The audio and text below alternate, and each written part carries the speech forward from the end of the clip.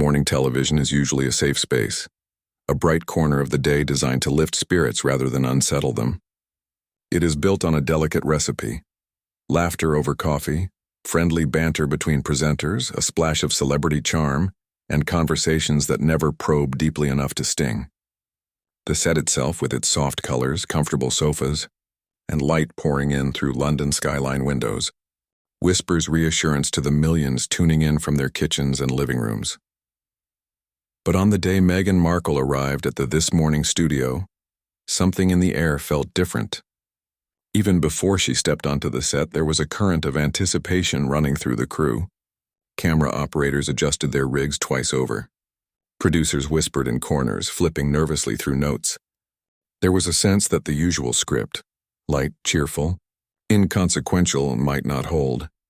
The audience clapped as Meghan was announced, polite but subdued, as though they too sensed the fragility of the occasion. She entered gracefully, her walk measured, her expression sculpted into the kind of public smile she had perfected long ago, poised, controlled, a smile that offered nothing beyond its surface. Allison Hammond, with her effervescent warmth, rose instinctively and opened her arms. She was famous for her hugs. They had disarmed Hollywood's most guarded stars.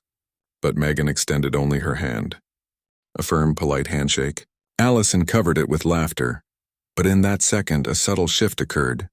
The handshake felt like a line drawn, a sign that intimacy was not to be expected here.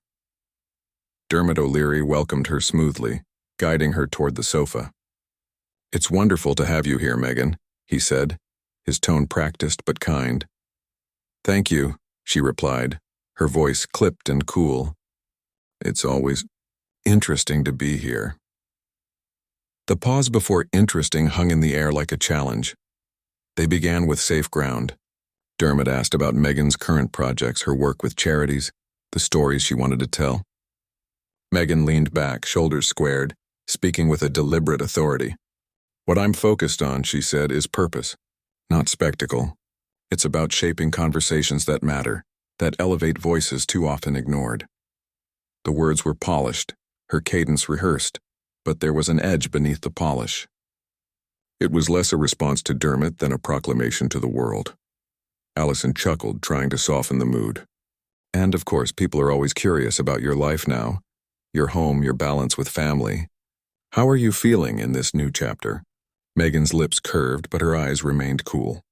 "Happiness isn't something gifted to you, Allison. It's a decision. I've made mine." The audience gave a hesitant applause. Allison laughed, but the laughter rang hollow. It didn't roll as it usually did across the studio like a warm blanket. It faltered, strained. When Allison mentioned Harry, Meghan's expression hardened. "You don't ask working men how they balance their careers with their wives," she said firmly. "Harry and I both have schedules. We manage as any couple does." A ripple of discomfort passed through the studio audience. It wasn't anger. It was unease, the kind that spreads when a light-hearted question meets an unexpectedly sharp blade.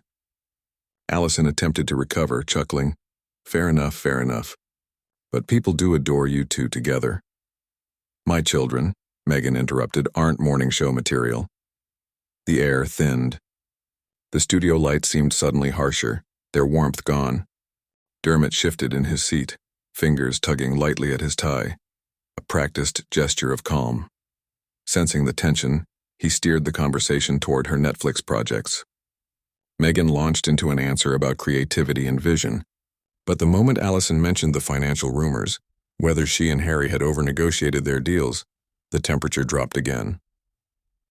"Would you ask a man that?" Meghan's tone was ice. "Would you question if he's worth the money? The truth is, I know my value. I've earned my seat at the table." A smattering of applause followed, more dutiful than enthusiastic. The studio felt unsettled. A boat rocked by waves it wasn't built to withstand. And then Allison, ever determined to bring things back to levity, ventured into the most volatile territory. "You've been open before about the monarchy," she began lightly. "Do you still feel the same way about it?"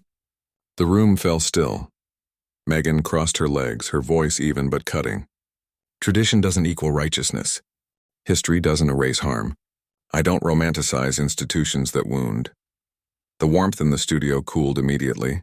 Allison's practiced laugh died before it began.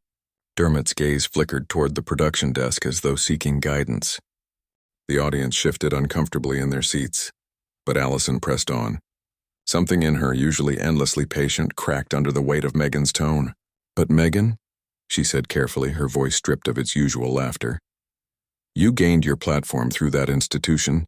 It gave you visibility, recognition, and now you criticize it so openly. Isn't that contradictory?" The words landed like stones. Meghan's eyes narrowed, her chin lifting. "Silence protects abusers, Allison. Silence maintains harm. I will never remain silent, not to protect tradition, not to protect image. My voice matters more than their comfort." The clash was undeniable now. Allison's warmth was gone, replaced by something harder. Frustration, perhaps even anger. Her laughter had vanished, her smile taut. Dermot spoke less and less, his attempts to mediate drowned beneath the storm brewing on that sofa. The exchange grew sharper, each question more pointed, each answer more biting. The atmosphere was no longer morning television. It was a battleground lit by studio lamps. The audience sat frozen, torn between fascination and discomfort. Finally, Meghan straightened, her body tense, her tone final.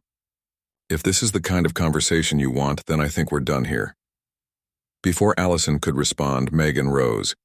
The suddenness of the movement startled even the cameraman. She smoothed her dress, adjusted her posture, and walked off the set. The cameras caught a glimpse of her back as she exited, then cut quickly to a wide shot of the stunned presenters. The silence was deafening. Allison blinked, her hands clasped tightly together. Dermot cleared his throat, searching for words. "Well," he managed, "that was unexpected." The audience offered a hesitant round of applause, unsure if it was encouragement or release. In the control room, producers scrambled, whispering frantically about what to cut, what to keep, how to spin the narrative. On the sofa, Allison sat stiffly, the edges of her warmth frayed beyond repair. For once, her famous laugh could not be summoned. That day's episode of This Morning entered television history, not for the easy chatter or gentle cheer it promised, but for the rare moment when the mask of morning TV slipped, and what emerged was raw tension, unfiltered truths, and the clash of two women who refused to yield. Viewers at home replayed the clip again and again, dissecting each gesture, each pause, each inflection. Commentators filled columns with interpretations. Was Meghan too defensive, too sharp? Was Allison too pushy, too insistent? Or had the truth simply been too jagged for a space built on softness? In the end, the memory of that morning lingered far longer than the flowers on the coffee table or the glow of the studio lights. It lingered because it was real, unpolished, and unsettling, the kind of television that breaks free from the safety of routine and burns itself into collective memory.